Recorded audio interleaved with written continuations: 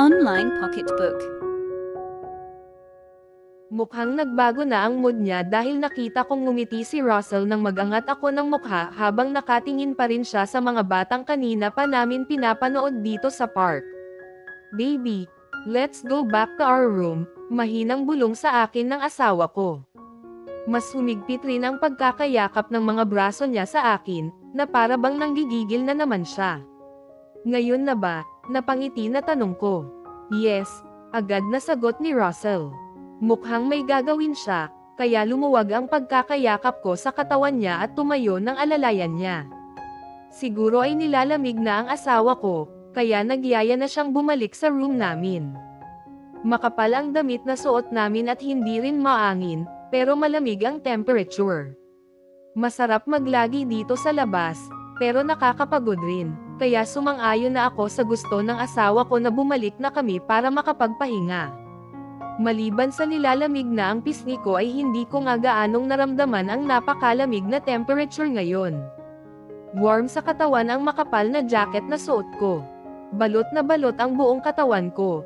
Tapos nakasiksik ang mukha ko sa leeg ng asawa ko kanina at nararamdaman ko ang mainit na temperatura ng balat niya, kaya komportable ako.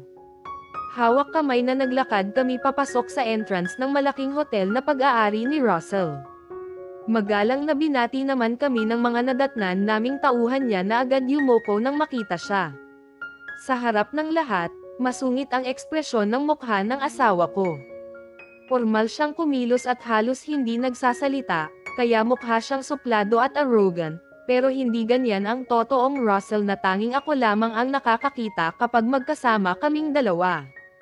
Habang naglalakad kami dito sa lobby at bumaling sa akin ang asawa ko at nagtanong, "Gusto mo bang kumain at uminom ng soup?"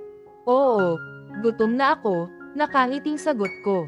"Halika, tignan natin ang lahat ng restaurant para makapagpasya ka kung saan mo gustong kumain," sagot ni Russell. Excited na sumama ako sa kanya at kasabay na naglalakad papunta sa kanang bahagi ng hotel. Connected pala ito sa shopping mall, dahil ang hilera ng mga mamahaling restaurant ang bumungad sa mga mata ko, matapos naming bumaba sa escalator. "Wow, ang dami palang restaurant dito." Manghang bulalas ko, habang gumagala ang mga mata sa paligid. Hindi ito food court dahil nakapasosyal ng arrangement. Pribado ang bawat restaurant, kaya kailangan naming pumasok sa bawat pintuan para tingnan kung ano ang pagkaing offer nila.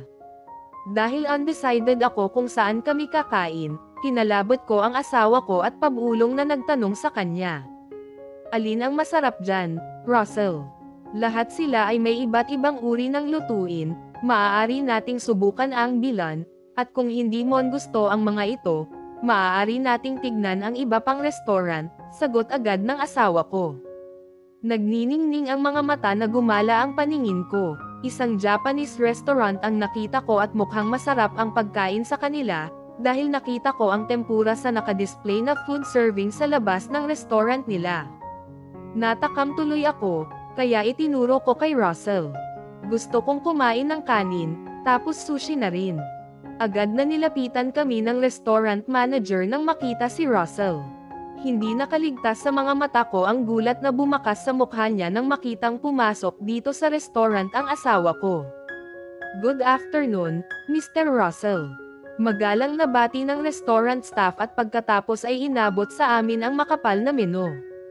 Tinanong ng asawa ako kung ano ang specialty nila dito at agad namang sinagot ng kaharap namin. "We serve delicious Japanese food, but among the dishes, sushi, okonomiyaki, and teppanyaki are the most recommended. In case you both want to eat a set meal, I recommend Teishoku." Wala akong alam sa mga Japanese food. Tempura at sushi lang ang alam ko, kaya sinabi ko kay Russell na siya na ang bahala mag-order ng kakainin namin. Itinuro ko lang sa kanya ang pagkain na may pusit dahil gusto ko talagang kumain nito ngayon. Dahil gutom na talaga ako, nag-request ako ng kutsara at tinidor, dahil hindi ako marunong gumamit ng chopstick. Mabuti na lang at meron silang available dito sa restaurant, kaya nag-enjoy ako sa pagkaing in order ng asawa ko. Would you like to watch a movie? Tanong sa akin ng asawa ko matapos naming kumain. Busog na busog ako at pabor sa akin kung manonyad kami ng movie. Pero dahil pakiramdam ko ay ang bigat ng katawan ko, kaya nagtanong ako sa asawa ko kung papayag siyang bumalik na lang kami sa silid namin. Pwede bang sa room na lang tayo manood ng movie, Russell? Of course, baby. Anywhere, it's your choice. You are the boss today. Nakangiting sagot ng asawa ko, sabay pisil ng makapatong na kamay niya sa kanang hita ko sa ilalim ng lamesa. Napatingin tuloy ako sa kanya. Ilang ulit rin akong napalunok habang hindi pinuputol ang magkahinang naming mga mata. Ang sweet talaga ng asawa ko. Hindi siya nagtrabaho ngayong araw at gusto niyang sulitin namin ang araw na ito na walang ibang iniisip na kahit ano. Gusto niyang sulitin namin ang maghapon na magkasama at walang ibang iniisip na kahit ano. Well, tamang lugar ang pinuntahan namin ni Russell. Relaxing ang lugar na ito at malayo rin sa magulong lungsod, kaya hindi ako kinakabahan, dahil ang sabi ni Russell ay fully secured daw ang buong paligid ng resort, kaya wala akong dapat ipag-alala. Iba pa rin talaga pala kapag ganitong may oras kami sa isa't isa, at hindi puro trabaho lang palagi ang hinaharap ni Russell. Maganda rin na nakapag-relax siya, dahil alam ko namang halos wala rin talagang pahinga ang asawa ko sa loob ng 1 taon naming pagsasama. Magkatabi kaming nakaupo ni Russell dito sa malambot at malapad na sofa sa loob ng room naming dalawa, habang nanonyad ng English movie na napili niya. Magandang bonding rin ang ganito. Lalo na at napagod ako kanina sa theme park, kaya hindi ko na nga natapos ang palabas at nakatulog ako sa tabi ng asawa ko. Dahil kumain naman na kami, hindi na ako ginasing ni Russell at hinayaan na lang na matulog ng asawa ko.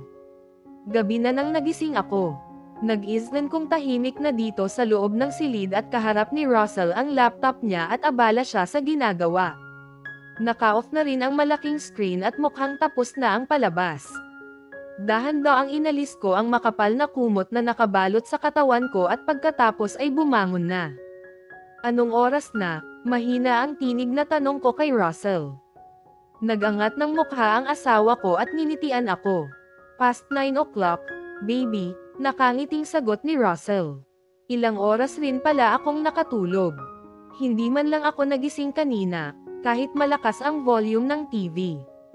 Hindi ko nga alam kung natapos ba ni Russell panoorin ang palabas, dahil hindi pa man umabot sa kalahati ang napanood ko ay nakaramdam na ako ng antok at hindi nagtagal ay nakatulog.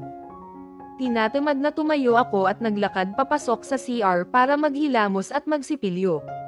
Abala pa rin si Russell sa ginagawa nang bumalik ako sa sofa at umupo sa tabi niya. Saglit na tumigil siya at umayos ng upo at naglalambing na niyakap ako. How do you feel, baby? Okay naman. Ang haba ng tulog ko, nakangiti rin na sagot ko. Pinisil ni Russell ang hita ko at naglalambing na hinalikan ako sa pisngi. That's great, maganda iyan para sa inyo ng mga babies natin. Napangiti rin ako. Hindi ko kailangan ng kahit ano, sapat na sa akin na mahal niya ako at inaalagaan ng asawa ko. Dahil may kailangang gawin si Russell, kaya hindi ko muna siya inabala. Kinuha ko ang cellphone ko at tinawagan si Alona para kumustahin ang mga kapatid ko.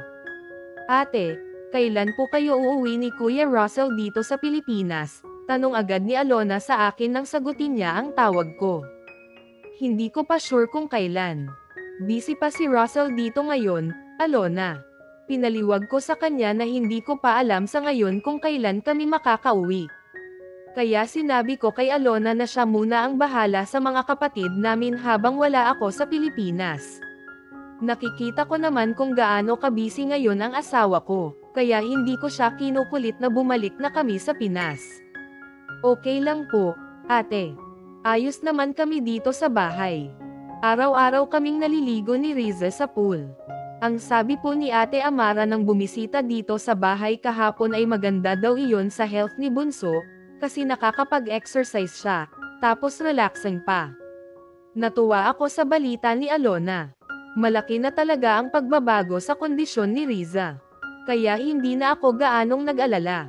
Ang nakakatuwa pa, kahit wala ako sa bahay ay laging dumadalaw doon si Amara para personal na tingnan ang lagay ng kapatid ko, kahit may in-house doctor naman silang kasama doon. Matapos ang mahabang kwentuhan namin ni Alona ay nag-send ako ng text message sa group chat namin ni George at Honey para kumustahin sila. Bumalik ako sa sala at nadatnan kung tapos na sa ginagawa niya ang asawa ko. Nakatiklop na ang laptop na gamit niya at nakapatong na sa ibabaw ng center table. Russell, kailan tayo uuwi sa Pilipinas? Mahinahon na tanong ko sa asawa ko. Namimiss mo na ba ang bahay natin at ang mga kapatid mo? Tanong rin sa akin ng asawa ko. Hindi sa ganon, gusto ko lang malaman. Nagtanong kasi si Alona kanina, agad na paliwanag ko. Malapit na baby. Kailangan ko lang tapusin ang mahahalagang trabaho ko dito, pero kung miss na miss mo na ang mga kapatid mo, ayos lang kung mauna ka nang bumalik sa Pilipinas. Sagot ni Russell. Napangiti ako, as if naman nasasakay lang ako ng kotse mo at ihahatid ng tauhan mo sa bahay, kung makapagsabi ka na pwede akong umuwi. Gumalaw ang kilay ng asawa ko at ninisihan ako. May sarili tayong eroplano, baby. Pwede kang ihatid ng mga tao ko sa Pilipinas kung kailan mo gusto. Ang yabang niya.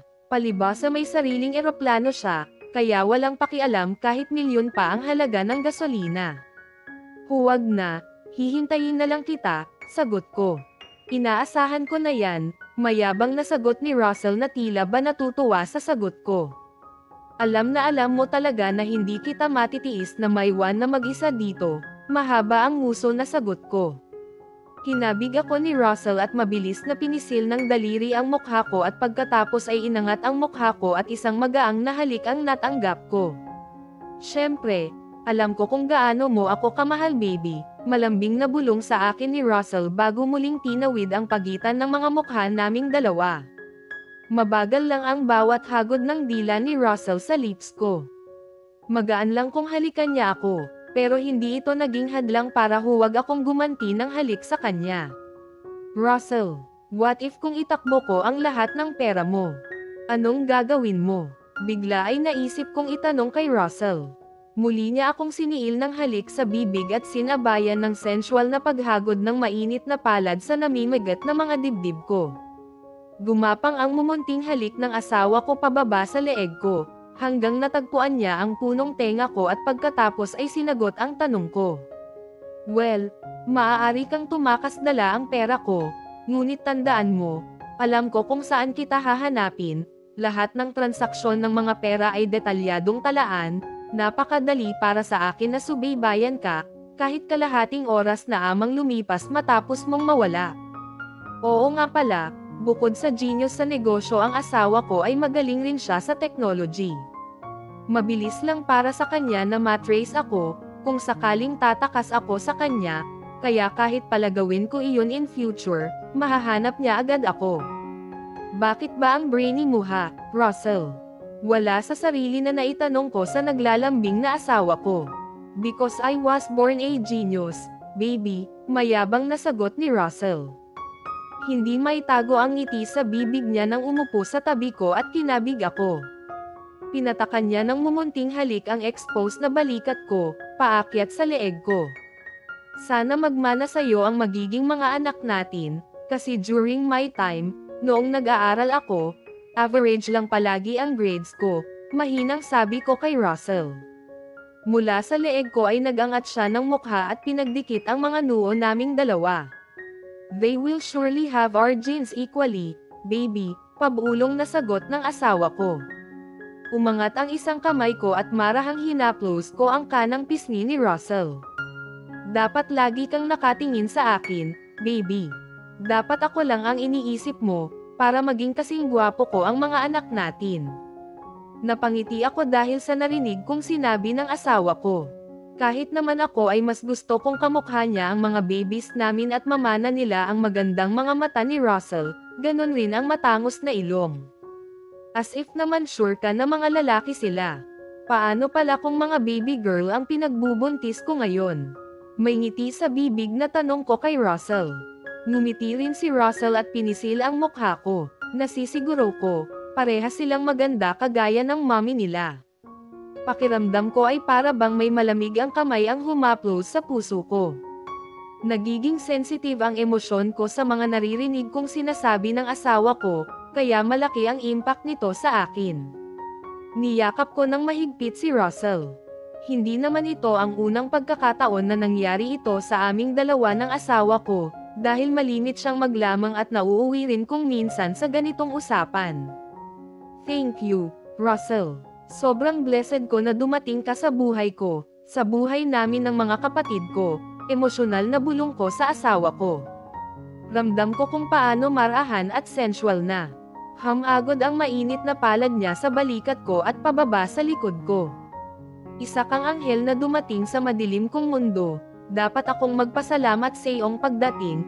Iniligtas mo ako sa madilim kong mundo at sa demonyong nasa kaloob-looban ko, puno ng emosyon na sagot ng asawa ko. Niyakap rin niya ako ng mahigpit. Nakulong ang katawan ko sa matigas na mga braso ng asawa mo. Kaya malaya kong naririnig ang banayad na paghinga niya, maging ang mabilis na tibok ng puso. I love you, wife. Lagi mong tatandaan yan. Hindi ko maisip ang aking kinabukasan kung wala ka. Kahit anong mangyari, lagi kitang pipiliin sa lahat ng bagay, ikaw din ang mundo ko at ang buhay ko. Namasa ang mga mata ko. Speechless ako kapag ganito ang mga sinasabi ng asawa ko. Sobrang overwhelmed ako kapag naglalambing si Russell at vocal siya sa nararamdaman niya para sa akin. I love you too, hubby. Napasigok na bulong ko habang nakasubsob ang mukha ko sa dibdib ng asawa ko at malayang naamoy ko ang natural na panglalaking amoy niya. Nagangat ako ng mukha at nagmulat ng mga mata. Gusto ko kasing makita ang gwapong mukha ng asawa ko, ganun rin ang kulay blue niyang mga matang attractive sa paningin ko.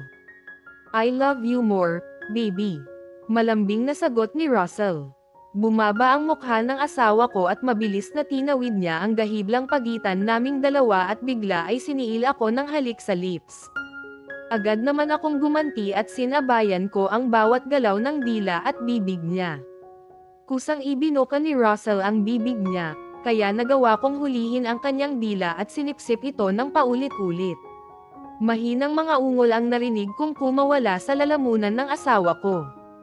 Lalo na nang galugarin ko ang loob ng bibig niya at agresibong sinibasib ko ng halik ang mga labi ni Russell.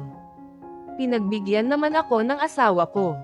Hindi siya tumutol ng kusang gumalaw ang katawan ko at natagpuan ko na lang na nakaupo ako sa kandanggan niya at nakapulupot ang mga braso ng asawa ko sa bewang ko bilang suporta. Isang maalab na halik ang pinagsaluhan namin ni Russell.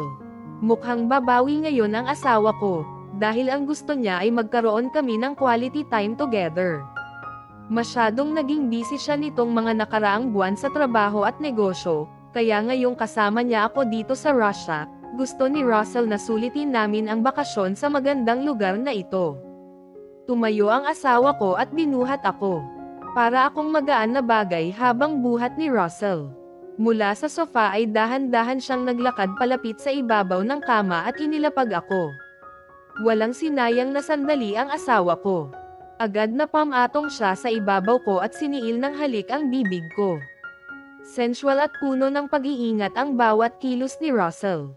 Malimit ay ganito siya kapag nasa ibabaw ko at nakadagan sa akin. Dahil nag-iingat siyang huwag madaganan ang tiyan ko. Mahaba ang gabi natin na magkasama tayo, baby, tapusin na natin ito, para makapagpahinga ka after. Malambing na bulong sa akin ng Russell. Paulit-ulit niyang pananggigilan ang mga lips ko.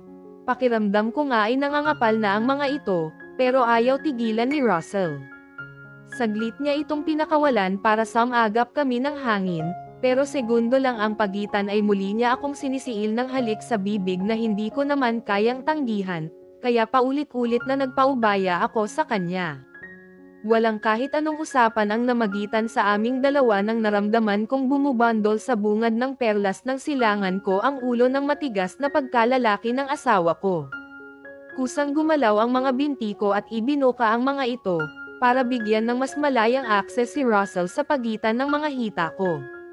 Walang sinayang na sandali ang asawa ko. Agad na ibinaon niya ang napakatigas na sandata sa lagusan at dahan-daang umulos para ibaon ng husto.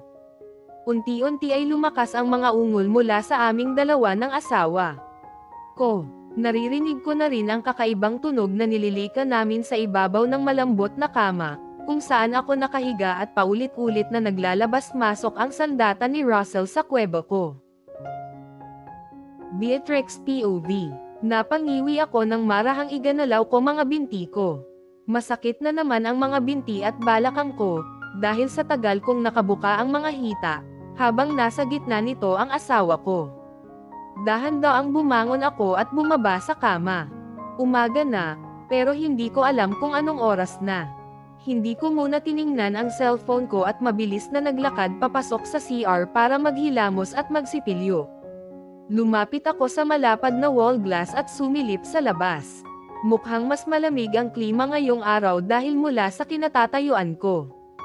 Nakikita kong mas makapal ang snow, tapos parang umuulan pa. Kaya mas mabuting dito na lang muna ako manatili sa silid namin ni Russell at huwag nang lumabas.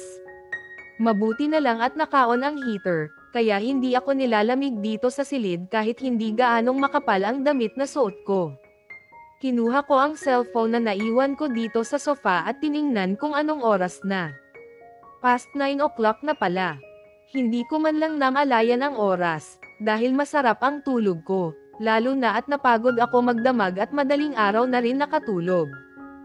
Hindi rin ako ginising ni Russell bago siya umalis at hinayaan akong matulog dito sa silid na tinutuluyan namin. May ilang text messages akong natanggap mula kay George. Hindi daw maganda ang takbo ng bar na pag-aari niya. Matapos masangkot ang ilang guest doon sa buy-bust operations dahil nagkaroon daw ng bentahan ng droga sa loob. Agad na tinawagan ko si George dahil nag-aalala ako sa kalagayan ngayon ng kaibigan ko. Alam kong butter and bread niya ang bar at doon niya binuhos ang kanyang savings. Maging ang bahagi ng pera na natanggap niya mula sa mana niya sa kanyang lolo. Bea, kumusta ka dyan sa Russia? Malungkot ang tinig na tanong ni George sa akin. Okay naman, ang lamig dito ngayon. Ikaw, kumusta? Mahinahon na tanong ko kay George. Narinig kong nagpakawala ng isang malalim na buntong hininga ang kaibigan ko, bago sumagot. Hindi okay. Nasa watchlist ng PDEA ang bar. Limited rin ang dating ng mga guest ngayon, dahil nag-iingat sila na masangkot na naman sa buy-bust. Na-categorized kasi na drug den daw ang bar dahil may mga nahuling user at pusher sa loob. May lungkot ang tinig na paliwanag ng kaibigan ko. Ano ba ang nangyari? Hindi ba mahigpit ang security ninyo dyan sa bar at bawal din ang magpasok ng droga sa loob? Gulat at nagtataka na tanong ko kay George. I did my best para protektahan ang pangalan ng bar, pero sa tingin ko, sinadya ang nangyari, Bea. Gustong sirain ng taong nasa likod nito ang pangalan ko. Ramdam ko ang lungkot sa tinig ni George, habang sinasabi niya sa akin ang mga nangyari. Nakaramdam ako ng lungkot at pag-aalala para sa kanya. Lalo na ngayong alam niyang may banta daw sa buhay niya. May ideya ka na ba kung sino ang nasa likod niyan, George? Nag-aalala na tanong ko sa kaibigan ko. Oo, Bea. Isa sa mga pinsan ko ang pinaghihinalaan kong may gawa nito. Alam ng pamilya ko na gumaganda na ang negosyo ko. Ayaw ng ilan sa kapamilya ko na umangat ang bar, dahil matutuwa si Lolo at baka sa akin ipamana ang malalaking negosyo ng pamilya namin. Paliwanag ni George. Alam ko ang tungkol dito dahil ilang ulit na akong sumama kay George sa bahay ng kanyang lolo para magpanggap na girlfriend niya. Grabe ang kompetisyon sa pamilya ni George dahil sa yaman na paghahatian nila. Lahat ay gustong makuha ang pagiging pinuno. Pero alam kong hindi interesado doon ang kaibigan ko, dahil sapat na para sa kanya na may sarili siyang negosyo. Pero sadyang hindi patas kung lumaban ang iba sa kanyang kapamilya. May magagawa ba ako o kaya ay maitutulong, para maging maayos ang takbo ng negosyo mo, George? Malungkot na tanong ko sa kaibigan ko. Mahina ang bar ngayon, Bea. Hindi ko pa nababayaran ang mga supply dito. Kung willing ka talagang tulungan ako, kakapalan ko na ang mukha ko. Kung gusto mo, ibebenta ko na lang ito sa'yo. Kasi kung uutang ako, baka hindi ko rin mabayaran kapag lagi akong ginugulo ng mga binayarang tauhan ng mga pinsan ko. Sobrang nalulungkot ako para kay George. Mabuti siyang tao, kaya ngayong alam ko na may magagawa ako ay hindi ako nagdalawang isip na mag-alok ng tulong, kahit wala naman akong hawak na pera. Kakausapin ko si Russell mamaya. I am sure matutulungan tayo ng asawa ko. Hindi ko naman kayang i-manage ang bar kapag ipinagbili mo sa akin. Kaya mas mabuti kung mag-invest na lang ako. At least, hindi iyan utang, paliwanag ko kay George. Salamat, Bea. Angel ka talaga. Natutuwang sabi ni George na mukhang nagkaroon ng panibagong pag-asa, kaya masigla na ulit siyang nakipag-usap sa akin, hanggang nagpaalam ako sa kanya. Katatapos lang naming mag-usap ni George nang marinig kong bumukas ang pintuan at pumasok ang asawa ko.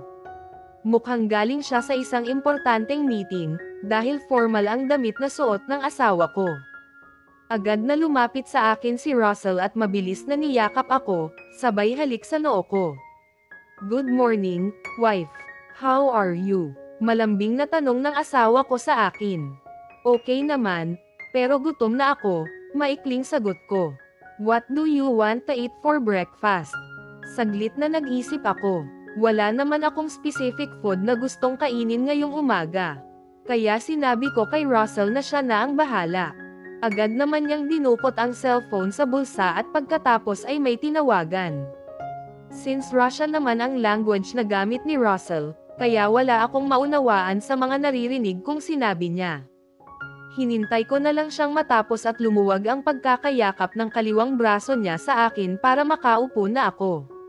Saan ka galing? Tanong ko kay Russell nang ibaba niya ang hawak na cellphone. I had a very urgent meeting earlier with my foreign investors, agad na sagot ni Russell.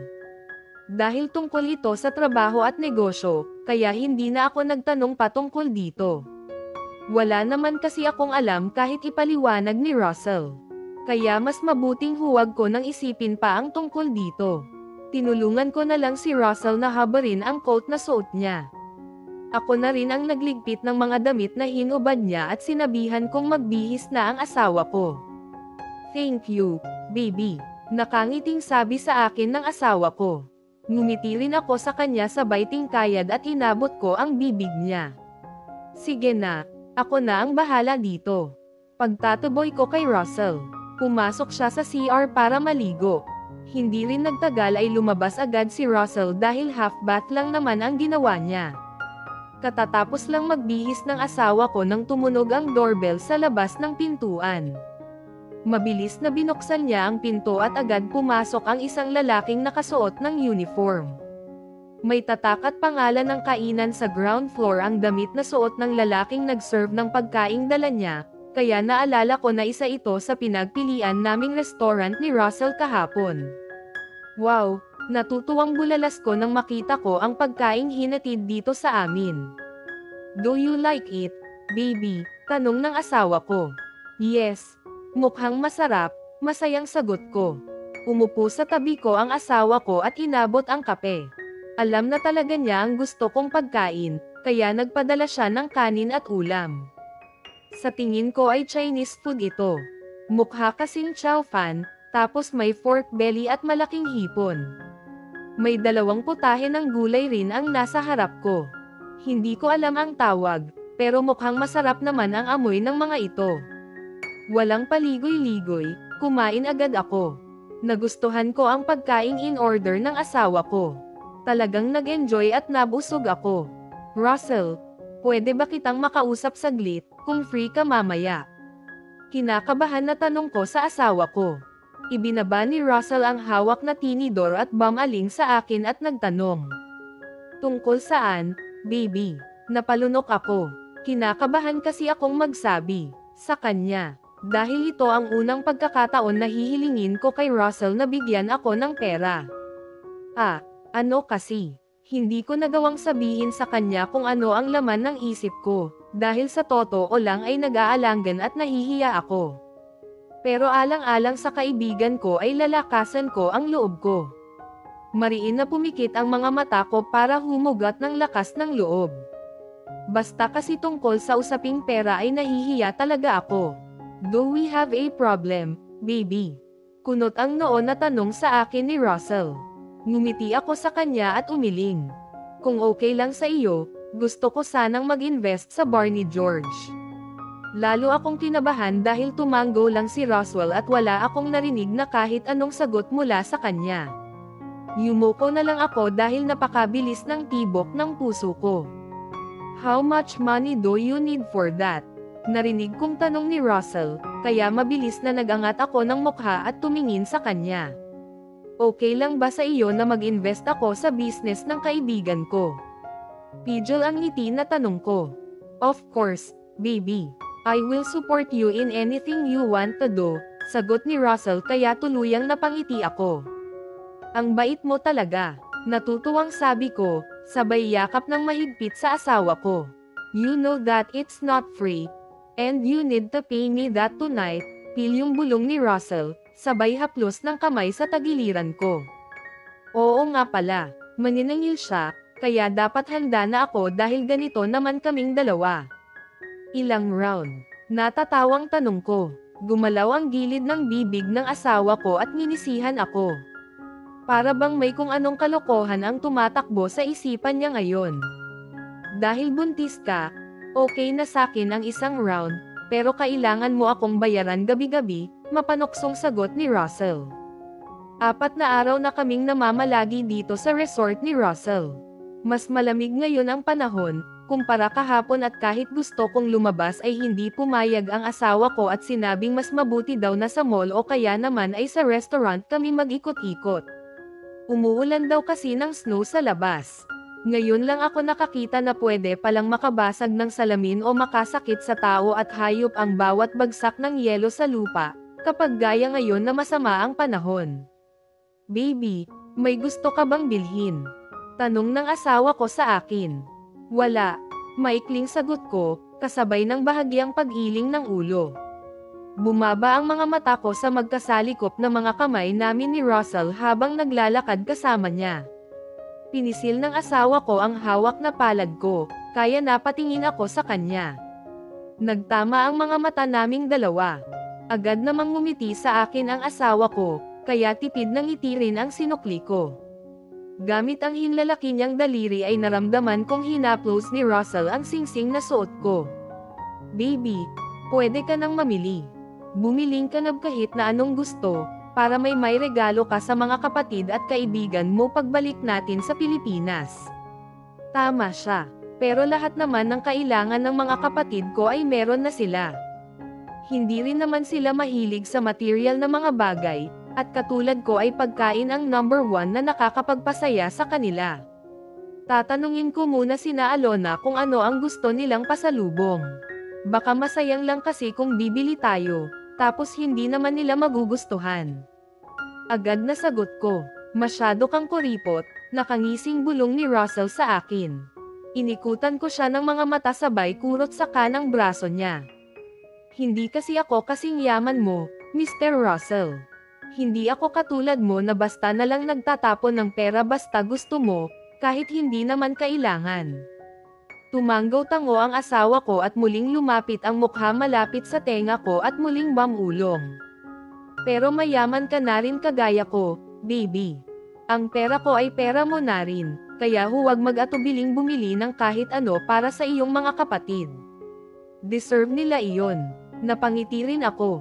Ang sweet talaga ng asawa ko.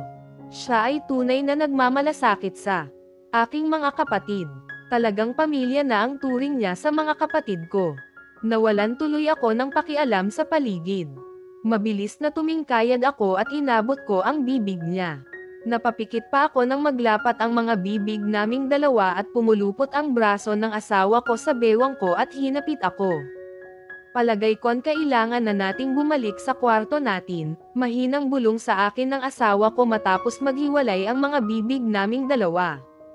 Saka ko lang napagtanto na nandito pala kami sa gitna ng department stores. Mabuti na lang at wala akong nakitang mga tao sa paligid namin kaya nabawasan ang hiyang nararamdaman ko. Ikaw kasi, Nag-iinit ang magkabilang pisngi na paninisi ko sa nakangiting asawa ko. Nagustuhan ko kung paano mo ipinapakita sa lahat kung gaano mo ako kamahal. Matamis ang ngiti sa bibig na sabi ni Russell sa akin. Dinilaan at binasa pa niya ang pang-ibabang lips sa harap ko, kaya napalunok ako. Agad na nag-iwas ako ng tingin dahil ramdam kong kakaiba ang naging epekto nito sa sistema ko. Siguro ay naramdaman rin ng asawa ko na hindi ako komportable dahil sa nangyari, kaya niyaya na niya akong sumama sa kanya. Sa isang branded store ng isang sikat na bag ako dinala ni Russell. Sa estado ko sa buhay, kahit minsan, hindi ko inaasahang makakapasok ako sa mamahaling tindahan na ito. Agad na nilapitan kami ng matangkad at magandang babaeng nakasuot ng mataas na sapatos at magalang na binati kami ng asawa ko. "Welcome, ma'am," magalang na bati ng babae sa akin. "Ipakita mo sa asawa ko ang lahat ng mga bago niyong bag at limited edition na mga bag ngayong buwan na ito," puno ng authority na utos ni Russell sa babaeng kaharap. "Yes, sir," magalang na sagot ng manager at ngumiti sa akin. "Please follow me, ma'am." Umupo si Russell sa maganda at mukhang malambot na sofa dito sa loob ng mamahaling store. Iniwan ko siya doon saglit at sumama sa babaeng kasama kong naglalakad para pumunta sa section ng mga bagong labas na bag collection. Maganda, attractive at elegante ang ilan sa mga bag na ipinakita sa akin ng kasama ko. Pero alam kong hindi rin biro ang halaga ng mga ito. Pangalan pa lang ng brand na ito ay daang libo na ang halaga sa Pinas at ang iba ay baka umabot pa nga ng milyon. "Here is our latest and limited edition, ma'am," sabi sa akin ng store manager na kasama ko. Inilapag niya sa harap ko ang dalawang bag na magkaiba ng design at kulay. Napalunok ako at hindi nakapagsalita. Aaminin ko, maganda ang mga ito sa paningin ko, pero nakakatakot ang presyo. Palihim na hinanap ko ang price tag, pero wala akong nakita. Gusto ko kasing malaman kung magkano ang amount ng mga bag na nasa harap ko. Pero hindi pala sila naglalagay ng presyo dito. "Do you want to check out some of our latest collections and other designs, ma'am?" magalang na tanong sa akin ng store manager. Ngumiti lang ako sa kanya dahil undecided pa ako. Pero kumaway na siya sa kasamahan at hindi nagtagal, may lumapit na dalawang babae at parehong may dalang mga bag. "Please select your choice, ma'am. Mr. Russell gives us an order to help you find the bags that you would like." Ramdam kong ginagawa ng manager na kausap ko ang lahat para bumili ako ng bag sa kanila. Nahihiya tuloy akong hindi ako bibili dahil nakikita ko naman na attentive silang lahat sa akin na para bang isa akong mahalagang customer dito sa shop nila. Para matapos na kami, itinuro ko na lang ang napili kong kulay blue na handbag dahil nagustuhan ko ang design at kulay nito. "Can I see this one?" Kiming tanong ko. Ngumiti sa akin ang kaharap ko. "Sure, ma'am." Agad na kinuha ng kausap ako ang bag at binuksan ang zipper. Isa-isa niyang ipinaliwanag sa akin ang mga material na ginamit at pati na rin kung ano ang inspired na design. "I'll take this one," nakangiting sabi ko. Ngumiti sa akin ang tatlong babaeng kaharap ko. Nagtataka ako kung bakit hindi pa sila umaalis sa harap ko, gayong nakapili na ako. "Anything else you like, ma'am?" Tanong ng manager na hindi ko mabasa ng maayos ang nakasulat na pangalan sa name tag sa tapat ng kaliwang dibdib niya. "No, thank you. I am fine with this one," pinal na sagot ko. Nagkatinginan ang mga kasama ko, pero walang kahit na sino sa kanila ang nagtanong pa. Sinamahan akong maglakad ng manager pabalik sa bahagi ng shop kung saan ko iniwan si Russell, habang ang isa naman sa mga staff ay dinala sa counter ang bag na napili ko para i-check out. "Done?" tanong agad sa akin ng asawa ko nang makita ako. "Yes," maikli at nakangiting sagot ko. Bumaba ang mga mata niya sa kamay ko at pagkatapos ay sumulyap sa babaeng kasama ko sa likuran at nagtanong sa kain. "Nasaan ang bag na napili mo?" Muli ay tumingin siya sa kasama ko at pagkatapos ay nagsalita. As usual, Russian ang gamit nilang lengguwahe, kaya wala akong naunawaan. Umalis ang kasama ko at naiwan kaming dalawa ni Russell dito sa lounge. Uuwi na ba tayo? Tanong ko sa kanya. Pagod ka na ba?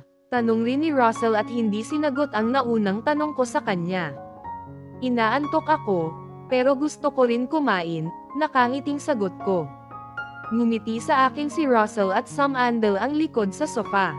Dapat mong i-enjoy ang pamimili mo ngayon, mahal kong asawa. Dahil babalik na tayo sa Pilipinas next week. Nanlaki ang mga mata ko. Bigla ay nakaramdam ako ng excitement noong nauuwi na pala kami next week sa Pilipinas. Kaya pala sinabi niyang mamili na ako ng kahit anong gusto ko para may pasalubong ako sa mga kapatid at kaibigan ko, dahil malapit na kaming umuwi. Ang akala ko ay isang bag lang ang binili ko, pero nagulat ako, dahil mahigit 10 pirasong paper bags ang dinala sa harap namin ng dalawang sale lady. Kasama ang store manager nila nang lumapit sa amin ni Russell. Kunot ang noon na napatingin ako sa asawa ko, pero nagkibit-balikat lang si Russell at pagkatapos ay itinaas ang kamay. Bigla ay lumapit sa amin ang mga bodyguard niya at kinuha ang mga paper bags. Mukhang namili rin si Russell ng pasalubong niya, kaya hindi na ako nagtanong kung para kanino ang mga pinamili niya. Mula sa mamahaling brand at shop ng bag na pinuntahan namin ay sinabi ni Russell na aakyat na umano kami sa top floor para makapagpahinga ako. Kanina pa kami naglilibot dito sa malawak na shopping mall, kaya masakit na rin ang mga binti ko. Nakakapagod rin pala kapag ganitong walang tigil na naglalakad. Gusto ko na rin na makabalik kami sa silid namin dahil nanggangalay na ang mga paa ko. Si Russell na ang nag-order ng pagkain namin dahil mas gusto kong kumain sa loob ng silid namin. Bukod kasi sa pagod na ako ay nakakaramdam na naman ako ng antok, kaya gusto kong mahiga muna para magpahinga. Hawak kamay na sumakay kami ni Russell sa elevator hanggang nakarating kami dito sa loob ng silid namin. Siya na rin ang naghubad ng suot kong sapatos dahil ayaw niya akong mag-bend para habarin ko ito. Maliit pa naman ang tiyan ko. Pero kapag kasama ko siya, hindi niya ako hinahayaan na gawin ko ito ng mag-isa. Thank you, Russell. Nakangiting sabi ko nang matapos niyang habarin ang sapatos na suot ko at umupo rin siya sa tabi ko. Hindi nagtagal, dumating rin ang pagkaing order ni Russell. Matapos maghugas ng kamay ay sabay na rin kaming kumain hanggang natapos. Magkatabi kaming nakaupo at nagpapahinga dito sa sofa nang biglang tumunog ang cellphone ni Russell. Tumatawag na naman si Dexter na palagi niyang kausap nitong mga nakaraang araw. Mukhang may mahalaga at seryoso silang pinag-usapan dahil nakikita kong tahimik ang asawa ko kapag kausap si Dexter na tila ba nakikinig lang. Anong kailangan mo, Dexter? Tanong agad ni Russell nang sagutin niya ang tawag ng kaibigan. Alam ko, huwag kang gumawa ng kahit ano sa ngayon, Dexter. Babalik na ako sa loob ng 3 araw. Narinig kong sabi ni Russell kay Dexter. 3 araw daw. Ibig sabihin, kung Friday ngayon, tama ang sinabi ni Russell kanina na uuwi kami sa Pinas next week.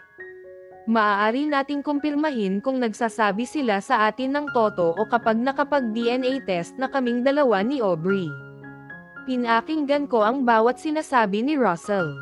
Base sa mga naririnig ko, mukhang may hinala si Dexter na magkapatid sina Aubrey at Russell, kaya paulit-ulit niyang tinatawagan ang asawa ko, para sa DNA test na pinag-uusapan nilang dalawa.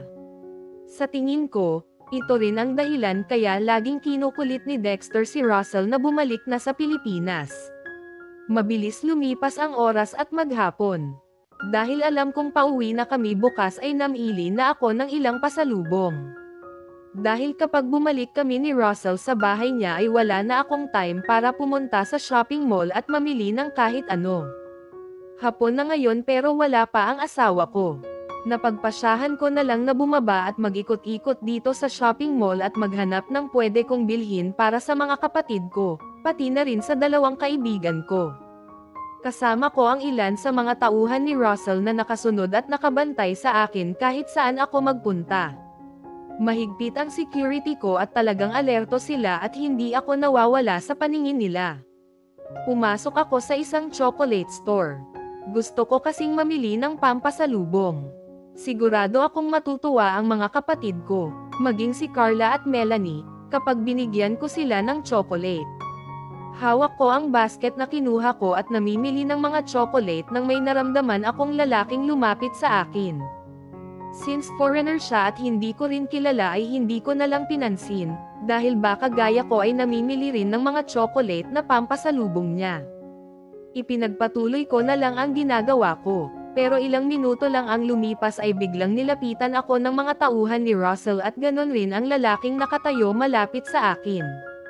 Nanlaki ang mga ko nang tutukan nila ng baril ang lalaking dumikit sa akin. Wala akong naunawaan sa nangyayari at pinag-uusapan nila, dahil Russian sila kung mag-usap. Sumunod na nakita ko na lang ay dumapa sa sahig ang lalaking lumapit sa akin at may ginamit na aparato ang isa sa mga bodyguard ko, para i-search ang buong katawan ng lalaking nakadapa sa sahig at parehong nakataas ang mga kamay na para bang sumusuko. "Are you okay, madam?" tanong sa akin ng isa sa mga tauhan ni Russell. Kinakabahan na tumango ako sa kanya. "What's happening?" Hindi ko maiwasan ang huwag magtanong, dahil alam kong may kaugnayan sa akin kung bakit umabot sa ganito ang nangyayari. Walang kang itingiti na nilinggan ng kaharap ako ang nakadapang lalaki at pagkatapos ay inilahad sa harap ko ang bagay na pag-aari ko at hawak niya. "Here is your wallet, madam." Nanlaki ang mga mata ko sa nakita ko. Hindi ako makapaniwala na nadukutan pala ako ng ganon kabilis dahil sanay naman ako sa kalsada, lalo na at maraming mandurukot sa lugar namin, pero hindi ko man lang naramdaman na nadukutan na pala ako. Kinuha ko ang wallet ko mula sa kamay ng bodyguard ko at tipid na ngumiti. "Thank you," tipid na sagot ko. Tumango lang ang tauhan ni Russell na nakatayo sa harap ko. Hindi ko mabasa ang ekspresyon sa mukha niya, dahil masyado siyang seryoso at para bang bawal siyang ngumiti man lamang. "Be careful next time, madam. This is Russia, and the crime rate here is quite high compared to any other country." Napabuntong hininga na lang ako. Kahit mahigpit ang security measures ni Russell sa lugar na ito ay may mga tao pa rin talaga ang katulad ng lalaking nandukat sa akin ang pag-alagala dito. Sa gilid ng mga mata ko, alam kong nakakuha na kami ng atensyon ng ibang customers na naririto rin. Sa loob ng chocolate shop, ayaw ko talaga ng ganitong eksena. Kaya nga inutusan ko ang mga tauhan ni Russell na magkaroon sila ng distance sa akin kanina, dahil nahihiya akong makita ng ibang tao na para bang isa akong anak ng kung sinong VIP guest dito sa resort na may kasamang mga bodyguard. "I am fine now. You all can leave me here." Mahina at nakayuko ang ulo na utos ko sa tauhan ni Russell. Mabilis na tinalikuran naman ako nito at nilapitan ang ilang kasamahang hawak ang nakadapang lalaking mandurukot sa sahig. Iniwasan kong tingnan ang sumunod na mga pangyayari. Naglakad ako palayo sa kanila at pumunta sa kabilang bahagi ng shop. Nawalan na ako ng ganang mamili. Kaya basta kumuha na lang ako ng mga chocolate, hanggang napansin kong puno na ang basket na dala ko. Mabilis na pumunta ako sa counter para bayaran ang mga chocolate na pampasalubong ko. First time na ginamit ko ang card na binigay ni Russell sa akin. Dahil wala naman akong hawak na cash, kaya ito ang binigay ko sa cashier na nag-check out ng pinamili ko. Matapos lumabas sa chocolate shop ay pumunta ako sa accessories shop. Gusto ko kasing bilhan ng headband at hair clips ang mga kapatid ko. Alam kong magugustuhan ni na Alona ang bibilhin ko dahil nakita kong maganda ang mga design dito nang minsang dumaan kami ni Russell. Mabuti na lang at kasama ko ang mga tauhan ng asawa ko. Sila ang nagdala ng mga chocolate na pinamili ko, kaya hindi ko na dinala dito sa loob ng shop nang pumasok ako. Ang gaganda ng design, nakakatuwa talaga. Naisip ko tuloy na babalik ulit ako dito kapag lumabas na ang mga babies ko at meron sa kanila ang babae.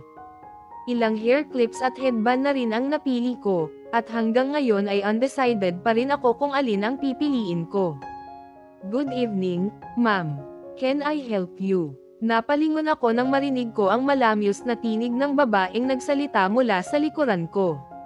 Lumapit pala sa akin ang isang sales lady dito sa shop, para tanungin ako kung anong design ba ang gusto ko at kung may specific na bagay ba akong hinahanap. Sinabi ko sa kanya ang edad ng mga kapatid ko. Binigyan niya ako ng option kung alin ang bagay kina Alona based sa kung ano ang description ko sa mga kapatid ko. How about this one? Nakangiting tanong sa akin ng babaeng kausap ko. Perfect, natutuwang sabi ko. Inabot ko ang set ng accessories na ipinakita niya. Elegante at mukhang mamahalin dahil nakalagay pa sa kahon. Siguradong magugustuhan ito ni Riza kaya kinuha ko agad. Thank you so much for helping me. You did a great job, natutuwang sabi ko sa babaeng kaharap ko. You're welcome, madam. Nakangiting sagot rin ng kaharap ko. Tinanong niya ako kung may gusto pa akong bilhin, pero sinabi kong wala na at nakangiting nagpasalamat sa kanya. Dala ang mga napili ko ay sinamahan niya ako sa counter. Binigay ko sa kanya ang black card ni Russell, para bayaran ang pinamili ko at matapos na ako dito at makabalik na sa silid na tinutuluyan namin ng asawa ko. Kalalabas ko lang sa accessories shop nang tumunog ang cellphone ko. Napangiti ako nang makita ko ang pangalan ng asawa ko sa screen kaya sinagot ko agad ito. Hello, nasaan ka, baby? Bungad na tanong agad sa akin ng asawa ko. Namili lang ako ng ilang pampasalubong natin sa mga bata, paliwanag ko. Sige, magtatagal ka ba dyan? Tanong muli ng asawa ko at agad ko namang sinagot. Hindi, tapos na ako. Pabalik na ako ngayon sa room natin. Kasama ang mga bodyguards ko ay bumalik ako sa top floor kung saan kami tumutuloy ni Russell. Nadatnan kong naghihintay sa akin ang asawa ko, kaharap ang isang babae. Napunta ang tingin ko sa mga velvet jewelry box na nasa ibabaw ng lamesa. Ngumiti naman sa akin ang babaeng kaharap ng asawa ko at binati ako. Lumapit ako sa asawa ko at umupo ako sa tabi niya. Baby, lahat ng alahas na ito ay mula sa mga pinakabagong collection, sabi ni Russell. Kumuha siya ang isang box at binuksan sa harap ko, kaya nakita ko ang kumikislap na mga bato na kasama sa disenyo ng mamahaling necklace na hawak ng asawa ko. Ipinaliwanag sa akin ni Russell na mataas umano ang value ng diamond kumpara sa gold. Sinabi rin ng asawa ko na kumuha na ako ng alahas na magugustuhan ko. Sabay pa kaming tumingin at pumili, hanggang natagpuan ko na lang ang ilang set ng alahas na kinuha ni Russell at sinabing iyon ang kukunin namin. Nagwaldas na naman ng pera ang asawa ko. Ayos na sa akin ang alahas na suot ko. Pero ayaw niyang paawat at bumili na naman, para daw may remembrance naman ako sa pagpunta ko dito sa resort.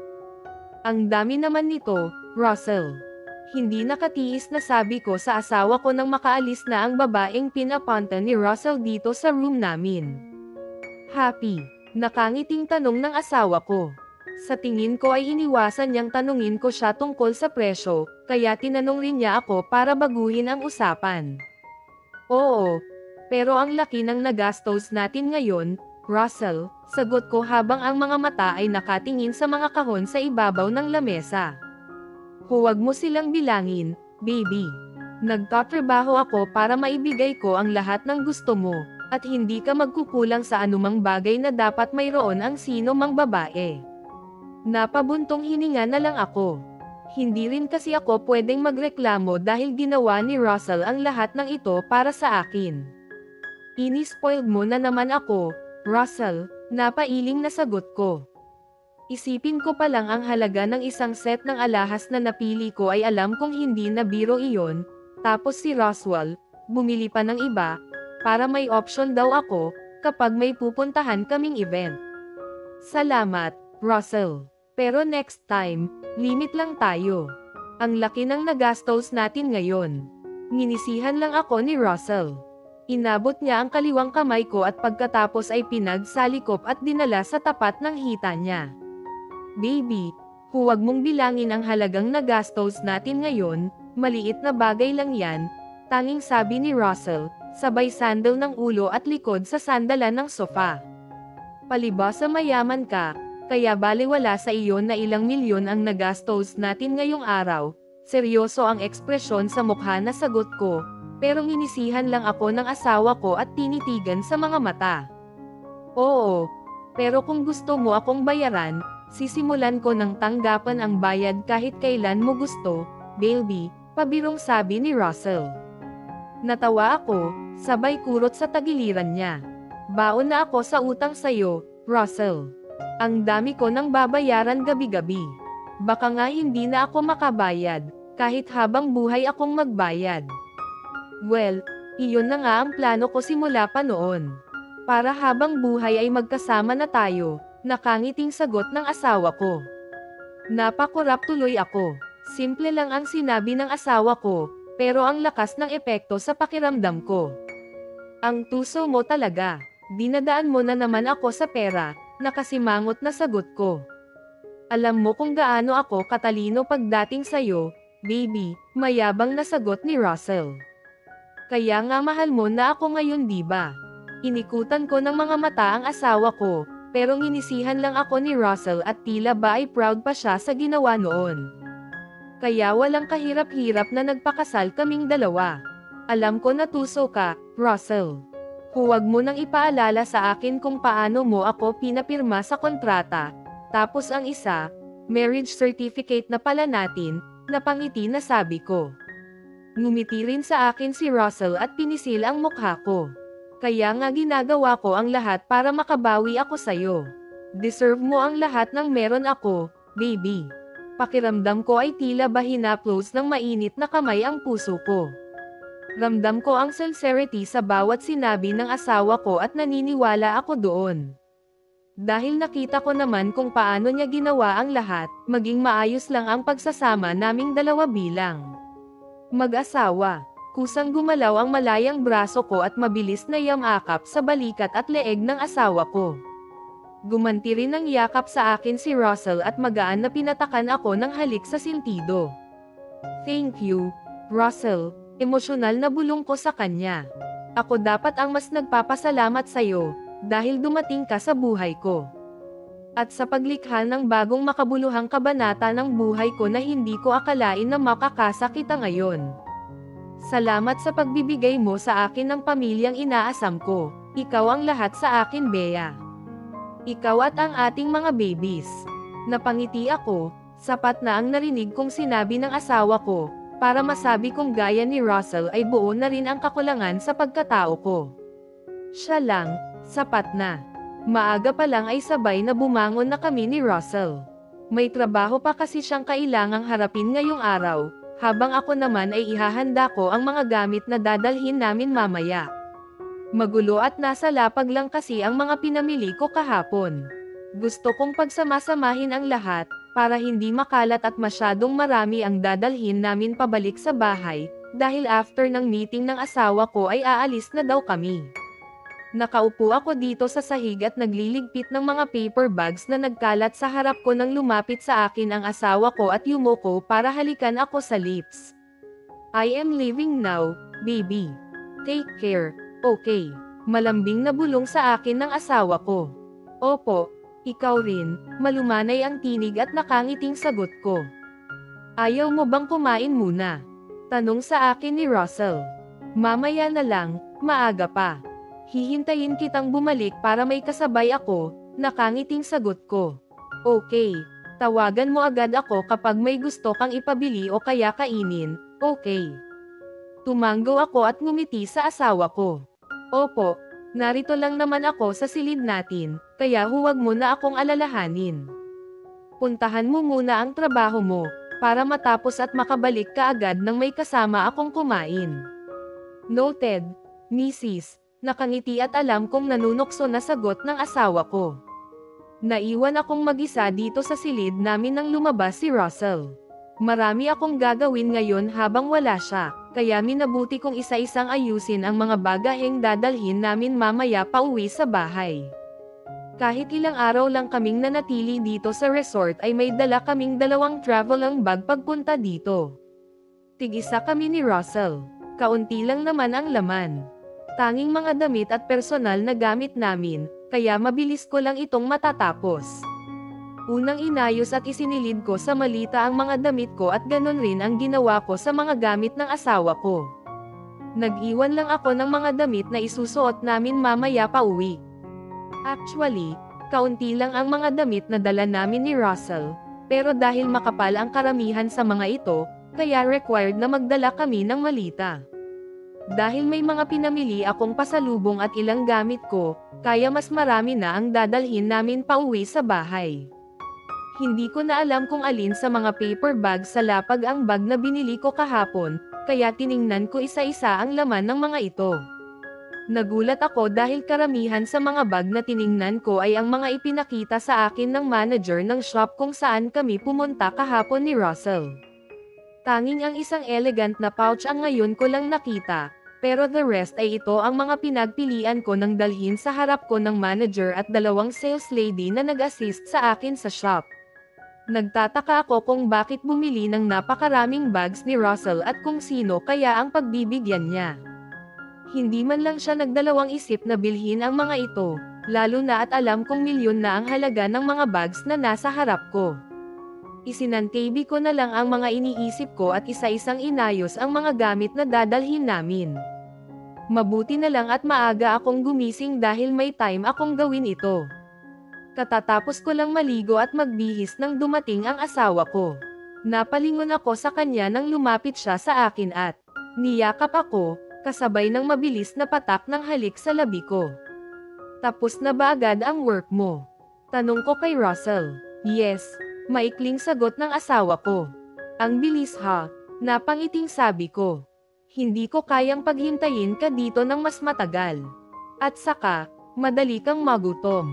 Ayokong magutom ka at ang mga baby natin habang nandito ka naghihintay sa akin. Napangiti ako, lalo na nang haplasan ng asawa ko ang maliit na umbok ng tiyan ko at mahinang nagsalita. Baby, kailangan mong kumain ng marami, para lumaki sila ng malusog. Malakas naman akong kumain. Hindi lang talaga ako mabilis tumaba, agad na paliwanag ko. Kaya nga sexy ako. Napangiti rin si Russell at pinisil ang tagiliran ko. Alam ko, pero mas gusto ko kung tumaba ka. Okay naman ang katawan ko. Pero ewan kung bakit ito na naman ang napapansin ngayon ng asawa ko. Hello mga anak, excited na si daddy na makita kayong dalawa, pero sa ngayon, kailangan yung maging mababait na babies sa loob ng tiyan ni mami nyo, at gawing madali ang pagbubuntis ni mami nyo. Hinayaan ko muna si Russell na kausapin ang mga anak namin. Nakayakap ang braso niya sa bewang ko, at nasa tapat ng puson ko ang mukha niya na para bang naririnig siya at nauunawaan ng mga batang pinagbubuntis ko, kaya kinakausap niya. Since nakapag-impake na ako at handa na ang mga gamit namin, after breakfast ay tinawag na ni Russell ang mga bodyguard niya at inutusan na kunin ang mga dadalhin namin pabalik sa bahay.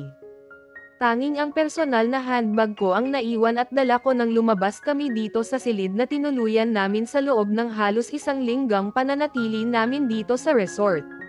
Since walang ibang mode of transportation ay sumakay ulit kami sa cable car papunta sa main entrance ng resort kung saan may naghihintay na sasakyan sa amin ni Russell kasama na rin ang mga tauhan niyang nakasunod sa amin. Ngayon ay nauunawaan ko na kung bakit ganito ang design ng transportation dito sa resort ni Russell.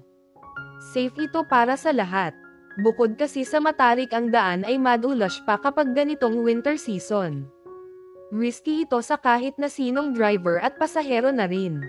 Makapal ang yelo, malakas rin ang ulan ng snow, at masyadong matarik ang mga bundok na dadaanan na halos hindi na makita dahil natabunan na ng snow. Kaya accident-prone ang lugar. Dahil winter at malamig ang panahon ay nagsumiksik ako sa tabi ng asawa ko, dahil kahit makapal ang damit na suot ko ay nanginginig ako. Niyakap naman ako ni Russell at ramdam ko kung paano niya pinisil-pisil ang balikat ko. Pakiramdam ko ay mas malamig ngayon ang temperature, kumpara noong pumunta kami dito. Ang sabi ni Russell ay normal lang daw ito, kapag ganitong winter season at mas malamig pa daw dito sa Russia next month. Agad na sinalubong kami ni Miss Anna nang makita niya na dumating na ang sasakyang sinasakyan namin. Nakahalera rin ang mga tauhan ni Russell nang bumaba kami at magalang na yumuko.